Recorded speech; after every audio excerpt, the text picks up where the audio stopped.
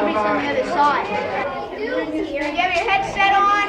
Yeah. Where have all the American children gone? The pre-teens, those 7 to 11s, at an age when you'd think they're entitled to be childish. These mature moppets have grown into our first media generation. They don't play games, they run television studios. 5 seconds!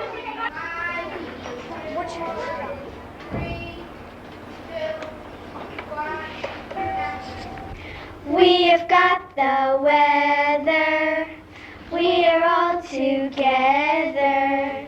Whether the weather's hot or whether the weather's not. Susie? Hi, welcome to the weather station. Today it will be partly sunny and windy. Temperatures In a world of new technology, new pressures, children mature earlier. Marshall McLuhan's called America's new and sophisticated subculture the most interesting and exciting bunch ever to appear on Earth. And any visitor to this tuned-in school in suburban Larchmont, New York State, is liable to find himself interviewed on closed circuit for The Morning Report. Classroom audience, 850. One in the announcer.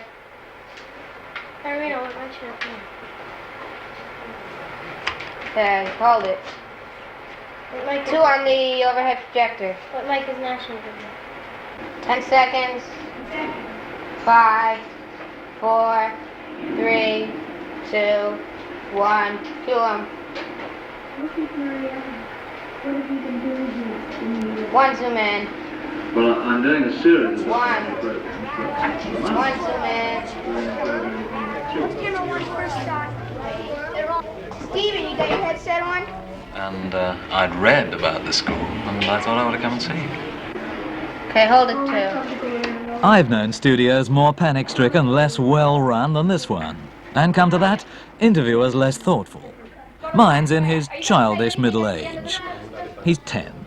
Zoom in. Do schools in England have closed-circuit TV? Yes, I think some of them do, but I don't think any school runs its own program as you're doing here. Oh, I see. Thank you, David. Perhaps I could ask you while you're here. As a reporter here, what are you working on at the moment? I'm doing a Studio 5 production of nuclear power and how it's helping man. Now, what research do you have to do on that? Well, I'll have to see a nuclear power plant for the second time because the first time I didn't get enough information. I'll have to get a few more books on the information. Mm-hmm. Talking of nuclear power, on Vietnam, are you a hawk or a dove? Oh, I'm neutral because there's always 2 sides to an argument, and the one side I like about pulling out, but if we do pull out, then they might take over some other country. But if we don't pull out, then we'll lose quite a lot of people. And if you don't pull out, you may be drafted one day, you see? Yeah. How do you feel about that? Well, I'm going to try to get a PhD or something so that if I do go into the services, I won't really get pushed into the mush part of it. Cautious and cool, these micros are at home with computers and crime, with sex and the stock market. I bought a share of IBM stock. Did you? And how's it done since you bought it? Oh, it's gone up and down and up and down so many times I can't even keep track. That's life, isn't it? My father's a brain surgeon. And how about you? What will you be when you're grown up? Well, either a nuclear physicist or a chemist, probably. Why have you decided on that? Well, because I like science and I got interested in it. And you're how old? No, 10. I was just 10. Just 10. Yeah. Do your parents want you to be a nuclear physicist? I haven't asked them yet. Oh, I see. Really. It doesn't matter what they think. Mm-mm. Have you got a hero? Yeah, Albert Einstein. I read his biography, and he was a great man. He was dumb in the school, and he grew up to be a great man. Are they doing all this themselves, these cute kids, or are we doing it to them?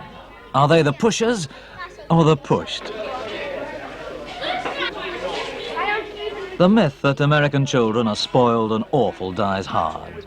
But for every precocious little hood, there's a demure Marion. Who knows, like every other moppet in this San Francisco charm school, that she's got to walk right, talk right, and above all, smile right, or else. All right, Janie, a nice lively walk and really show your pretty new dress. And don't forget to smile. Now walk over like a model. We don't just wait until we're actually doing something. Now let's go. Yes, let's go.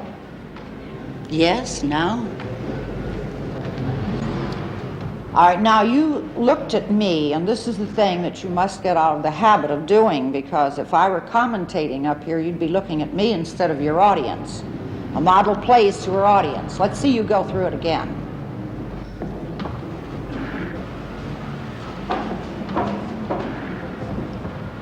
Oh, keep that smile. Don't just smile a little bit.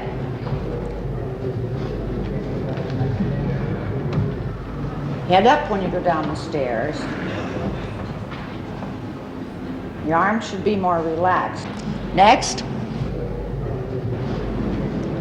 Oh, Zach, come on back and start over. Don't forget you're supposed to stop at the bottom of the stairs, all right?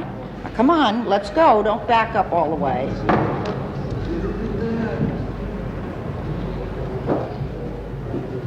Turn around. Now let's go up the stairs nice and smooth this time, Zach. Quarter pivot and down the center.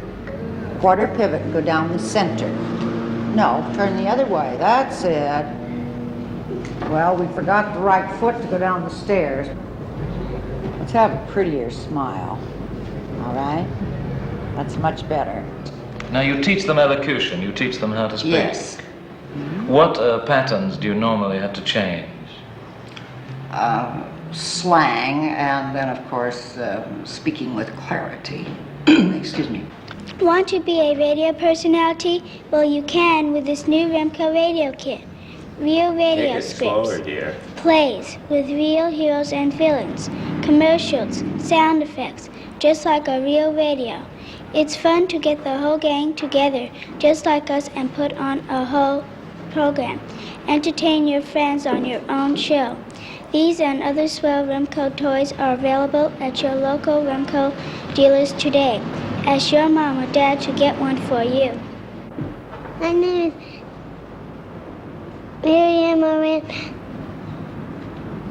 And what are you going to do, dear? I'm going to say, hey kids. Hey kids, have you tried the new Skippy Chunky style peanut butter? It's full of real peanuts, more peanuts than ever before. Tell your mom to get some today. Good. What are you going to be, Jane, when you're a big girl? I'd like to be an actress Why? because I think it's fun acting and being a model. You're certainly very pretty, I can tell you that. Thank you. How old are you, Marianne? 1, 2, 3, 4. 4. And when you're a big girl, what are you going to do? Go to school. I don't know if I'm going to be an actress, a model, or in the Air Force. What do you find is the attitude of most of the parents who bring their children here to be trained as models? Well, as far as the attitude of most of the people that come here with their children, expecting us to accept them, is that they really want us to create a professional child. What do you mean by that? Well, a child who would be able to make a great deal of money in television or films or on the stage, and even possibly radio and modeling assignments. And what we're going to need is a child about 7 or 8 with the girls, maybe 9 or 10 with the boys. The second group that will go in will be Sean Lane. Who's Sean Lane? Hollywood auditions are competitive, for at £50 a day, a cute kid with a cuter agent can smile his way to the bank with £15,000 a year. For a single toothpaste commercial, one of these professional tots picked up £4,000. They can be disarming and delightful, but there's considerable charm school calculation. Every conversation's a performance. They actually picked us up and rolled us in the mud so that we got real dirty. And for a boy, that's a lot of fun. Is it, I mean, are you making a lot of money? Oh, Do you know what's happening to it sometimes. all? Well, a lot of it goes to college education, taxes, and this and that. I see. By the time you get out with it, you get, you don't get, well, you get pretty good, but, It can't be bad. But, no, it isn't bad at all, but, a lot of it goes away. Hi, boys. Sparrow and Jeffrey Jones and Mike and Joey Hughes. Look at that. Who's Mike and Joey Hughes? We are. Is that your brother? Yeah. Yeah? That's You your got a brother? picture? What? You got pictures? Hey, kid, you got a picture? Yeah, Mom. Your what? My mom has it. Your mom has it's- him before. Have you been in to see us before? Yeah, what's your name, huh? Jeff. Jeff, that's what I thought. Hey, you always wear your shirt inside or out? What are you doing? Is this a whole new number with you? Huh? Outside. Outside. Got that little tie going, boy, and a new haircut. How old are you? How old are you? 5. 5? I want you to come right over here. 5. Right over here. You're the youngest of this Over group here, right? 5 years old. Tell me your name again, huh? Dana. Dana. Dana what? What's your last name? huh? It's Mike. Mike Dana? No, it's Mike Hughes. What's Mike Dana? Hughes. What is Dana? Is that a whole thing No, you're telling his me? stage name is Mike. Why? Oh, your real name, your real name is Michael Hughes. No, your stage name is Michael Hughes, and your real name is Dana Hughes. Is that right? Put it right on that table, right Put 'em there. right on Right there. Put the other hand right up there. Those good dirty Look hands. at those dirty But they fingernails. can be cleaned up. He doesn't bite his nails. Did you ever hear of Good soap? kid's hands. Look at that. Right? How'd you like to do a soap commercial, boy? What was the last commercial you did, huh? Well, the last one I did was an Oscar Mayer wiener Oscar Mayer. and Oscar Mayer lunch meat. And then I did cookie cakes. Did you ever? Sure did. You didn't get sick from them, did you? No. That was a good commercial, wasn't In it? fact, I got a cookie cakes for my sister for Christmas. Oh, well. My dad almost got me one. They couldn't be all bad. That was a nice commercial. Even though Mr. Bing directed it, it was Right. a nice It commercial. worked out. We saved it. Put your hair back down. That's the way we had her, right? That's right. Turn, We had it up in a high bun. Like I said. Hon, we look had it over up. to this way. She's a She beautiful is child. just She gorgeous. really is a beautiful. No, look over at the other side over there. Just gorgeous. She's too old, though. Even though Mr. Bing A directed stage name at 5 and too old at 9. But it's not only those ever-smiling Hollywood pros, those sophisticated micro-boppers, who show such fearful maturity. In New York's West Side YMCA, there's little interest in childish games. A self-possessed breed, the 9-year-olds of this violent city. In New York, you gotta watch out. There is a fair amount of mugging in this area. Yeah, in my building, this brownstone is still being built, and a person got mugged last night in the hallway. I got mugged about a month ago for my watch. Now, what happens about that? What happened about the man who was mugged in your building? Well, the first thing he did, ring our bell because he doesn't have his telephone and people are still moving in. And everybody uses our telephone as the main telephone. And he called the police. They stole his keys and his wallet. How much did he have in his wallet? Oh no, only about cents. only $10, $15. That's not enough to buy hardly anything. Do you think that President Nixon is going to do a good job? I don't know, but I hope he does. Yeah. Because the first one he started out, ugh. So I thought, I said, if Wallace is the president, I know nothing will be good. Buses will go the opposite way. Everything will be wrong. Do you think that President Nixon's going to do a good job? Oh, yes, because, when you start out, you finish well. yeah. What do you think? Well, I think before a president's elected, they usually do a lot of talk and no work after they get in. And then they, spill what's his name. They don't do anything. And they just talk and, You don't sound very confident in President Nixon. I don't think so. What do you feel about what's happening in Vietnam? Well, I think Just a minute, let him have a I say. thought when we were gonna sign that we were gonna fight, I thought that we should do it for a few years, not for the rest of our life if it goes on forever. So you're against the war? Yes. I mean, you might be drafted in a few years' time. And go to Canada. Would you? I'd go to France. I'd go to the moon. Okay. Camera, action. That's the button, Charlie. 5 and 6-year-olds at play, making a movie.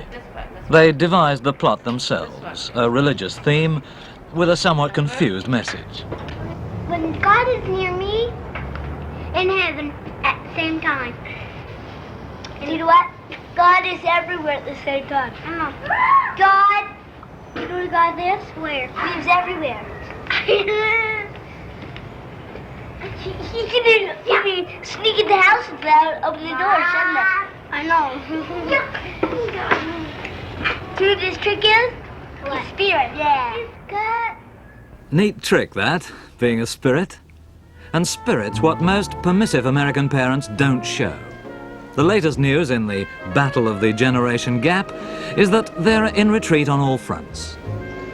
Most of them now dance to their children's tune, tailoring their lives to the likes and dislikes of determined moppets. Aware they're being led, but always giving way before the crunch, not wanting to discover what little authority they have. A poll of more than 600 mothers showed them all afraid of their children, afraid of appearing old and square, afraid discipline might cause emotional damage, afraid of losing love and face. While alert manufacturers use this fear and childish credibility to club parents into buying and to hurry along the aging process. As I told the vice president of America's Youth Fashion Guild, there's something rather sad about an 8-year-old adult. Yes, there is. And it's even sadder about a 9 or 10-year-old because they are continually subjected to this paradox of the parent who wants to keep them young while they want to get old. And as a result, if we appeal to the psychology that motivates this child, we become very, very successful. We have learned that it doesn't pay to please the parent of the preteen child. It's much more important to please the child. And as an example of that, the mother will come into the store with a child in response to an ad that the store has run about a clearance sale. And she'll be very much impressed with a $15 dress at $5, and she'll say to the youngster, "Now, Mary Jane, that's just exactly the dress that I want for you." And Mary Jane gets very indignant and goes into a tantrum and winds up by saying, "If you like it, you wear it. I'm not the least bit interested in it." And if the mother buys it, the child won't wear it. And they're very, very independent about it. Is there something about being spoiled in a land of plenty? Oh, our children are spoiled, no question about it. From the moment they're born, they're spoiled. Our society is much too permissive. You're following the dictates of moppets? Possibly, yes. And yet, they're the cutest darn things you ever saw. It's very, very easy to be called a dirty old man in this country.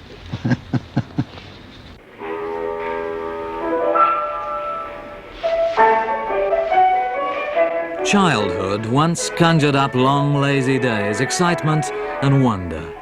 But today's kids dance to a cool tune. Little brother's watching the rest of us thoughtfully, and so's his worldly little sister. Though it's hard to remember, they're not mini adults. The enchanting Joanna may be a stunning and self-possessed siren, but she's still only 7. How much allowance do you get? 25 cents. Now, what do you spend it on? I really keep it, save it. Do you? Put it in the bank? Yes, How much have you got in the bank? $1,000. That's a lot of money. How long did it take you to save that up? Well, about 2 years. Oh. Well, what are you going to spend it on, do you know? My education. Oh, yeah. Oh, yeah. Of course, you've done a lot of television commercials, haven't you? Yes. What have you done?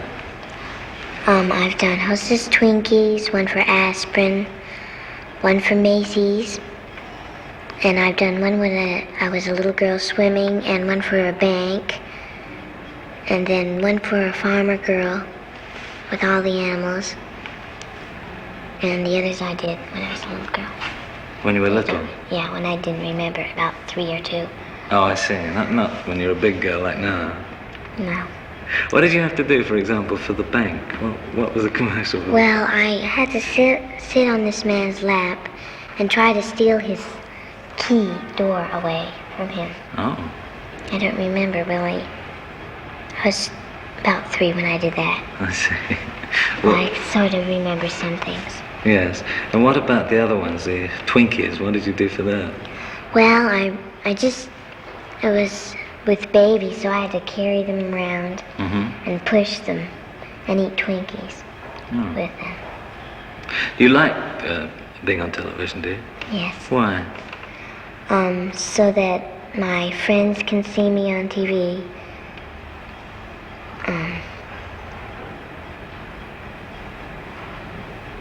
So my friends can see me on TV. No, there isn't. No. Oh, yes, and it's really very exciting to meet new people. What about your grown-ups now? How do you find you get along with grown-ups? Well, I sometimes study about things and then I know what they're talking about, so I join in with them. Would you rather be with grown-ups than with people your own age? Yes. Would you? Why? Well, because grown-ups, know what they're going to do, and they won't get people in trouble. It's just... And you don't quarrel with them, I suppose, and maybe you quarrel with people your own age, do you? Yes. Do you think some of them are jealous of you because you've done very well on television? No. Now, who's your best friend? Tracy Stars. I see. Is she in the ballet class? No, she takes ballet somewhere else. And who's your worst friend?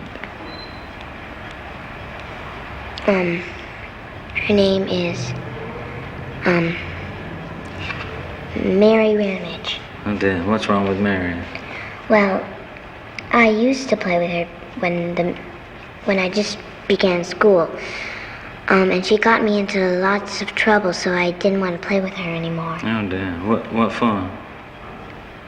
Because, maybe I was doing the hopscotch and then she bumped in front of me and she made me fall, and then Mary would tell on me and say that I pushed her and she fell down.